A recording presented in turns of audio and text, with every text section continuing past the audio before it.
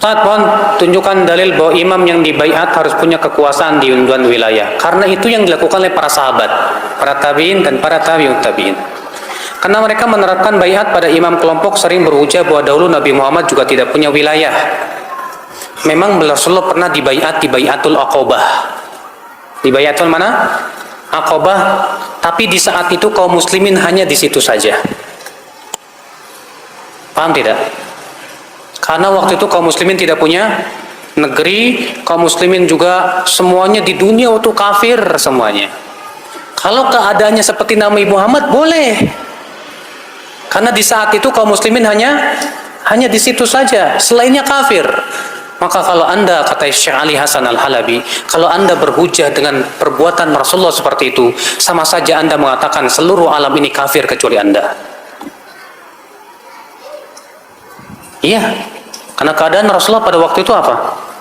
Di saat itu seluruh manusia kafir kecuali Rasulullah dan para sahabatnya. Maka kalau seperti itu keadaannya boleh baiat. Ya, nggak bisa dikiaskan, Mas. Makanya setelah Rasulullah SAW wafat, para sahabat apakah membaiat bikin kelompok sendiri baiat? Entah. Para tabi'in, para tabi'ut tabi'in tidak. Maka dari itulah yang akhul Islam azakumullah, ini pemahaman salafus saleh. Makanya Ibnu Taimiyah rahimahullah dalam kitab Minhajus Sunnah ketika menyebutkan tentang hakikat siapa yang berhak untuk apa?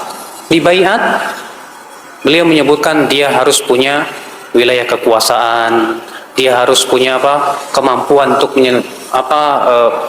menjalankan siasah syariah.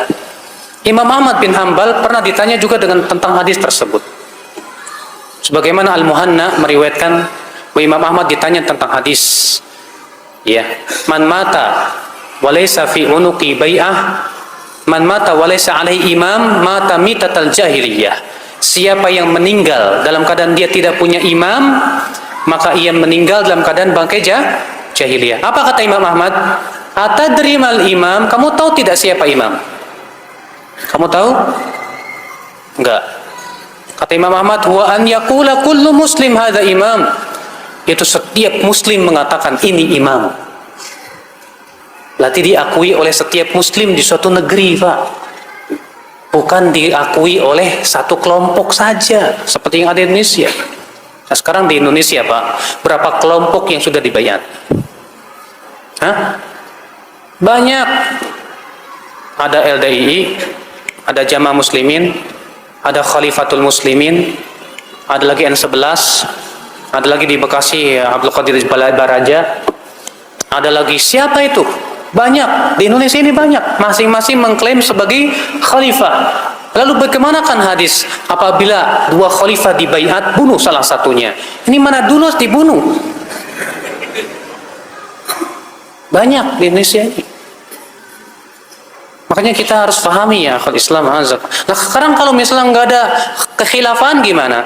Kata Rasulullah fa'tazil tilkal firqa kullah. Karena kan pernah ditanya oleh Hudzaifah, "Hai Rasulullah, bagaimana kalau tidak ada pemimpin kaum muslimin, tidak pula ada jamaahnya? Bagaimana ya Rasulullah?" Kata Allah, "Fa'tazil tilkal firqa kullaha." Tinggalkan semua firqah yang ada itu. Walaupun kamu harus meninggal dunia dalam keadaan menggigit akar pohon, kata Rasulullah. Udah tinggalin aja semua.